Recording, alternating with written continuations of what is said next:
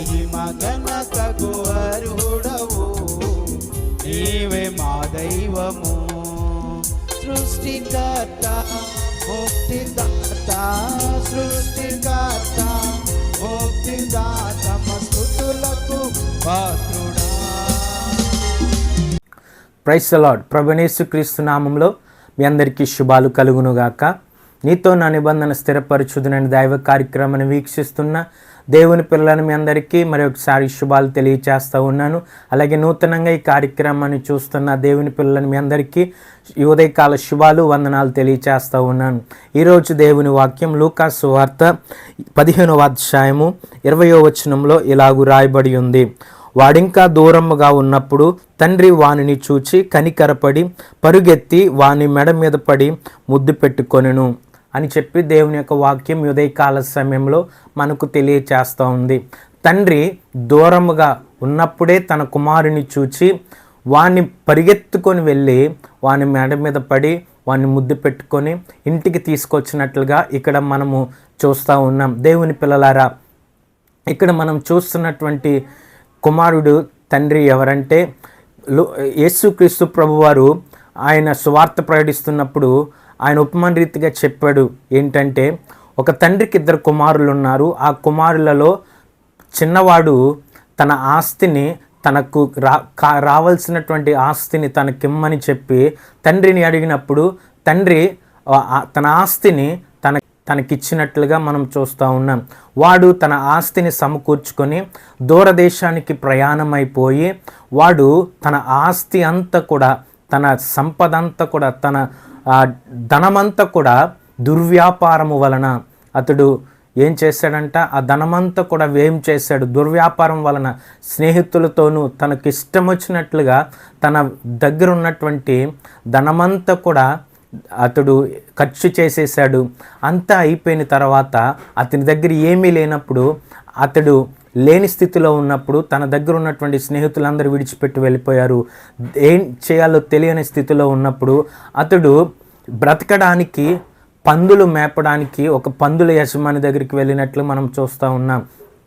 అతడు పందులు మేపడానికి వెళ్ళినప్పుడు అతడు ఆ కుమారుడు, చిన్న కుమారుడు పందులు తినేటువంటి పట్టు తినడానికి ఆకలితోటి ఉండలేక, ఆకలితో అలమటిస్తూ, ఆకలి తట్టుకోలేక పందులు తినేటువంటి పొట్టును తినడానికి ఇష్టపడ్డాడు. కానీ వారు అది అతనికి దక్కనివ్వలేదంట. ఎప్పుడైతే వారు అతనికి దక్కనివ్వలేదో వెంటనే అతడు తన మనస్సులో అనుకున్నాడు, అయ్యో నా తండ్రి ఇంట అనేక మంది పనివారు ఉన్నారే, వారికి ఆహారం సమృద్ధిగా దొరుకుతూ ఉంది కదా, నేనైతే ఇక్కడ కష్టపడుతూ ఉన్నాను, నేనైతే ఈ పందులు తినే పొట్టు తినడానికి ఇష్టపడుతూ ఉన్నాను. కాబట్టి నేను నా తండ్రి దగ్గరికి వెళ్ళి నేను నా తండ్రి అంట పనివాళ్ళలో ఒకటిగా నేను పని చేసుకుంటానని చెప్పి లేచి అతడు తన తండ్రి ఇంటికి వస్తున్నప్పుడు తండ్రి ఆ కుమారుడు దూరంగా ఉండగానే ఆ కుమారుని చూచి అతని యొద్దకు పరిగెత్తుకొని వెళ్ళి అతని మెడ మీద పడి ముద్దు పెట్టుకొని కౌగిలించుకొని మెడ మీద పడి ముద్దు పెట్టుకున్నాడు. తన ఇంటికి ఆహ్వానించాడు. కుమారుడు అంటూ ఉన్నాడు, తండ్రి, నేను పరలోకమునకును విరోధముగాను నీ ఎదుటను పాపం చేసి తిని నేను నీ కుమారుడని అనిపించుకోవడానికి యోగ్యుడని కానని చెప్పినప్పుడు తండ్రి అవి ఏమీ పట్టించుకోలేదు. కానీ అతడేం పట్టించుకోలేదు. అయితే తండ్రి తన దాసులను చూచి ప్రశస్త వస్త్రము త్వరగా తెచ్చి వీనికి కట్టి వీని చేతికి ఉంగరము పెట్టి పాదములకు చెప్పులు తొడిగించుడి, క్రొవ్విన దూడను తెచ్చి వధించుడి, మనము తిని సంతోషించుదామని చెప్పి తండ్రి చెప్తా ఉన్నాడు. ఎప్పుడైతే అలాగన్నాడో పనివాడు చకచక వెంటనే వెళ్ళి తన కుమారుని చక్కగా స్నానము చేయించి ప్రశస్త వస్త్రాలు తొడిగించి తన చేతికి ఉంగరం తొడిగించి తన పాదాలకు చెప్పులు తొడిగించి క్రొవ్వినటువంటి దూడను వధించి ఆ ఇల్లంతా కూడా సంతోషముతో, సంబరాలతో, ఆనందముతో మిండేటట్లుగా అక్కడ తండ్రి ఆ సంతోషకరమైనటువంటి పండుగను అక్కడ ఏర్పాటు చేసినట్లు మనం చూస్తూ ఉంటాం. దేవుని పిల్లలారా, దేవుని నమ్ముకున్నటువంటి మనము కూడా రక్షింపబడి కూడా మన రక్షణను శత్రువు దగ్గర తాకట్టు పెట్టేసి మనము పొందుకున్నటువంటి రక్షణను, మనకి ఇవ్వబడినటువంటి ఈ గొప్ప రక్షణను మనము సాతానుకు మనము బానిసలుగా చేసుకొని వాడి దగ్గర మనం ఏం చేస్తున్నామంటే పాపం అనే బంధకాలతో మళ్ళా మనము పాపాన్ని కూడగట్టుకుంటూ ఉన్నాం. ఎలాగంటే మనం పొందుకున్నటువంటి రక్షణ సాతానుకు తాకట్టు పెట్టేసి ఆ రక్షణ వాడికిచ్చి మనము వాడి దగ్గర ఉన్నటువంటి తాగుడనే బానిసత్వాన్ని, అలా వ్యభిచారం అనేటువంటి బానిసత్వాన్ని, జూదం అనేటువంటి బానిసత్వాన్ని, ధనాపేక్ష అనేటువంటి బానిసత్వాన్ని, లోకాశ అనేటువంటి బానిసత్వాన్ని మనము సంపాదించుకొని దేవునికి వ్యతిరేకంగా మనము తిరుగులాడుతూ ఉన్నాం. దేవునికి దూరం అయిపోయాం. దేవుని పిల్లలారా, దేవుడి ఉదయకాల సమయంలో పిలుస్తూ ఉన్నాడు. నీవు రక్షణను, దేవుడు నీకు అనుగ్రహించిన రక్షణను నీవు ఎక్కడ పోగొట్టుకున్నావో తిరిగి మరలా దేవుని వైపు రమ్మని పిలుస్తూ ఉన్నాడు. దేవుడు నీ కొరకు ఎదురు చూస్తూ ఉన్నాడు. ఆ కుమారుడు అనుకున్నాడు, అయ్యో నేను తండ్రి ఇంటికి వెళ్ళి అతని కుమారుని అనిపించుకోవడానికి యోగ్యుడను కానని చెప్పి అతడు అనుకున్నప్పుడు అతడు అనుకున్నది వేరు, తండ్రి అతని పట్ల చూపించినటువంటి ప్రేమ వేరు. దేవుని పిల్లలారా, ఎప్పుడైతే తన తండ్రి దగ్గర పని వాళ్ళలో ఒకడిగా ఉండాలని అతడు ప్రయాణమై ఇంటికి వచ్చాడు, కానీ తండ్రి మాత్రం పనివాడిగా చూడలేదు. ఎందుకంటే యేసు క్రీస్తు ప్రభువారు మనలను పాపమనే బానిసత్వం నుంచి విడిపించాడు, మనకు స్వతంత్రునిచ్చాడు. కుమారుడు ఎప్పుడు కూడా స్వతంత్రుడే కానీ బానిస కాదని చెప్పి దేవుని వాక్యం తెలియచేస్తుంది. దేవుని పిల్లలారా, చెడు మాటలు, చెడు తలంపులు, చెడు ఆలోచనలు, ధనాపేక్ష, వ్యభిచారము, దేవుని పిల్లలారా, వీటన్నిటితో దేవునికి దూరం తిరుగుతూ ఉన్నారా? దేవుని పిలుస్తూ ఉన్నాడు. నీవు ఎప్పుడైతే ఆయన దగ్గరకు వస్తావో ఆయన కనికరం గల దేవుడు, నీ పక్షాన ఆయన నీవెప్పుడు వస్తావా అని దేవుడు నీ కొరకు ఎదురు చూస్తూ ఉన్నాడు. దేవుని పిల్లలారా, ఒక్కసారి ఆలోచించండి. దేవుడు నేను ఒక్కసారి స్వతంత్రునిగా చేసిన తర్వాత నీవు మరలా పాపంలోకి వెళ్ళిపోతే, నీవు మరలా శత్రువు యొక్క బానిసత్వంలోనికి వెళ్ళిపోతే, దేవుని పిల్లలారా, నీవుకి అనుగ్రహించినటువంటి ఈ రక్షణ పరలోక రాజ్యానికి చేర్చకపోతే నీ బ్రతుకు ఎంత బ్రతికినా కూడా వ్యర్థమే. దేవుని వాక్యం తెలియచేస్తూ ఉంది. అతడు దూరముగా ఉండగానే అతడు నా తండ్రితో నేను కుమారుని అనిపించుకోవడానికి యోగ్యుడని కానని అనుకుంటా వస్తూ ఉన్నాడు, కానీ ఆయన తండ్రి మాత్రము తన కుమారునిగానే చూచాడు. దేవుని పిల్లలారా, నువ్వెంత బానిసత్వంలోనికి వెళ్ళిపోయినా, నువ్వెంత పాపంలో పడిపోయినా, ఎన్ని పాపాలు చేసిన దేవుడు నిన్ను క్షమించడానికి సిద్ధంగా ఉన్నాడు. తిరిగి మరల దేవుని సన్నిధికి వస్తే, తిరిగి మరల దేవుని దగ్గరికి రాగలిగితే గనక నీ పాత రోత బ్రతుకంతడు కూడా తీసివేస్తాడు. నీలో ఉన్నటువంటి సమస్తమైనటువంటి దుర్నీతిని తీసివేస్తాడు. నీ మీద ఉన్నటువంటి ఆ యొక్క చెడునంతటిని, ఆ మురికి అంతటిని శుభ్రము చేసి నీ ప్రశస్తమైన వస్త్రాలు తొడుగుతాడు. ఆయన దగ్గర ఏముందో తెలుసా? సమృద్ధి ఉంది, ధనం ఉంది, ఐశ్వర్యం ఉంది, గొప్ప మంచి ధననిధి ఉంది. ఆయన సమృద్ధినిచ్చేటువంటి దేవుడు ఆయన. ఈ ఉదయకాల సమయంలో దేవునికి మాట్లాడుతూ ఉన్నాడు. దేవుని పిల్లలారా, ఆయన వైపు తిరగండి, ఆయన దగ్గరికి రండి. దేవుని పిల్లలారా, దేవుడు నేను పిలుస్తూ ఉన్నాడు. తప్పిపోయిన కుమారుడు తన తండ్రి ఇంటి నుండి తను సంపాదించినంతా తీసుకెళ్ళి దుర్వ్యాపారం వాళ్ళని పాడు చేసుకున్నాడు. కానీ బుద్ధి వచ్చినప్పుడు తిరిగి మరలా తన తండ్రి ఇంటికి వచ్చాడు.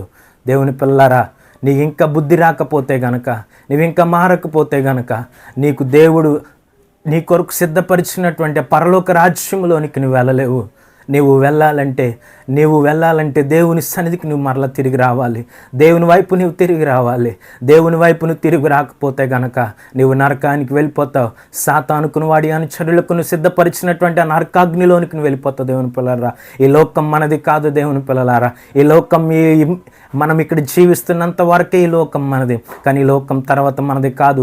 రేపు నువ్వు చనిపోయిన తర్వాత తిరిగి మరలా నీవు పరలోకానికి వెళ్ళాలంటే నీవు తాగుడని బానిసత్వం నుండి విడిపించబడాలి. నీవు వ్యభిచారం అనే బానిసత్వం నుండి విడిపించబడాలి. నీవు జూదమనేటువంటి బానిసత్వం నుండి విడుదల పొందాలి. నీవు పాపమనే ఈ లోకపు నేత్రాశ నుంచి నీవు విడిపించబడాలి, ధనాపేక్ష నుంచి నీవు విడిపించబడాలి. దేవుని పిల్లలారా, నీవు పరిశుద్ధంగా బ్రతికితేనే, నీవు పరిశుద్ధంగా జీవిస్తేనే నువ్వు పరలోక రాజ్యం చేరగలవు. నీ ఉదయ కాలస్యంలో దేవుడు నీకు తెలియచేస్తూ ఉన్నాడు. దేవుడు తిరిగి రమ్మని పిలుస్తూ ఉన్నాడు. ఎందుకు? క్షయమైన వాటి కొరకు, ఈ లోకంలో చిన్ని ఈ లోకం మట్టుకిచ్చే ఆనందం కొరకు ఎందుకు నీ జీవితాన్ని పాడు చేసుకుంటావు? ఈ లోకము మహా అయితే కొంతకాలమే.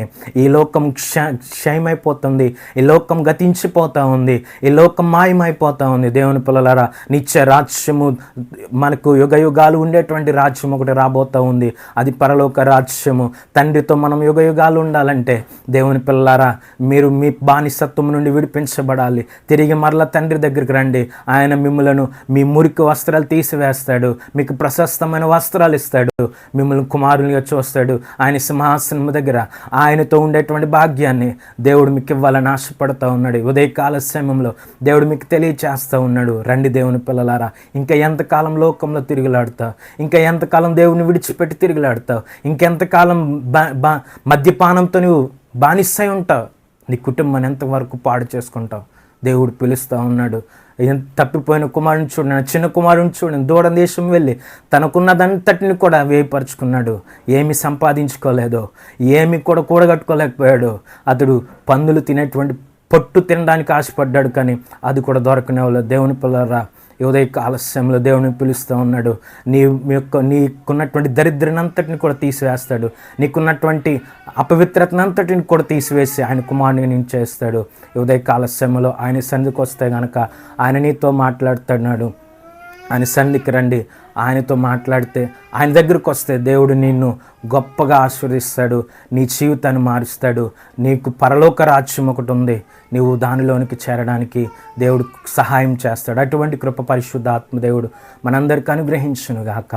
ఆమేన్. ప్రార్థన చేసుకుందాం. మహాపరిశుద్ధుడవు నాయన, మహోన్నతుడవు నాయన, సర్వశక్తిమంతుడవు నాయన, ఈ ఉదయ కాల సమయంలో ప్రభువా నాయన మాకిచ్చిన వాగ్దానం బట్టి వందనాలు ప్రభువా.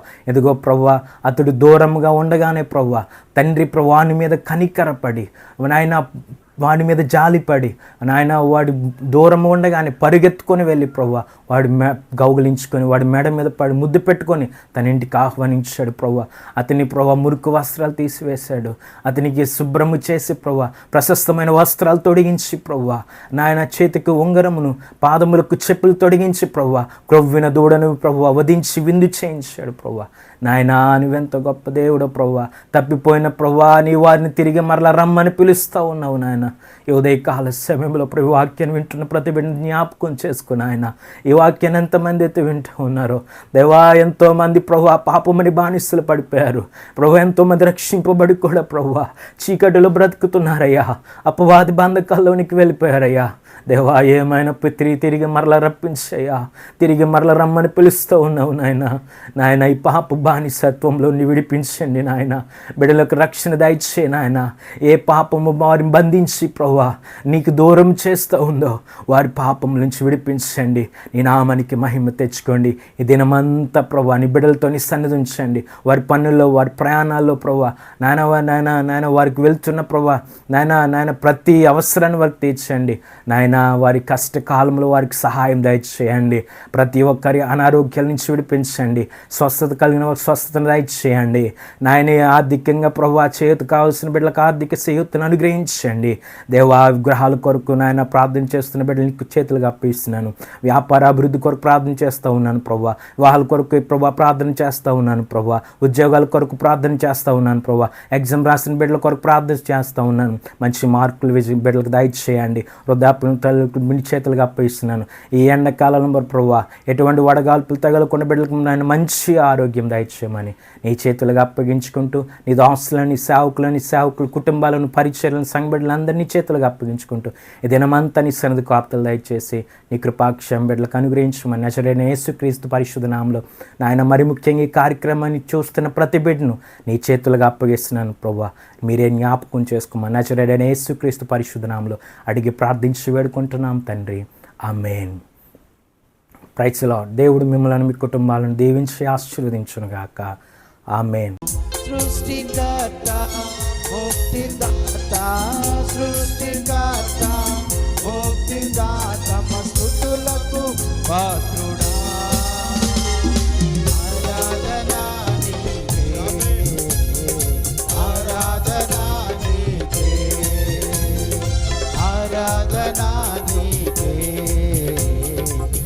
ఆరాధనా నీకే, ఆరాధనా స్తుతి ఆరాధనా, ఆరాధనా నీకే, ఆరాధనా స్తుతి ఆరాధనా, ఆరాధనా నీకే, ఆరాధనా నీకే, ఆరాధనా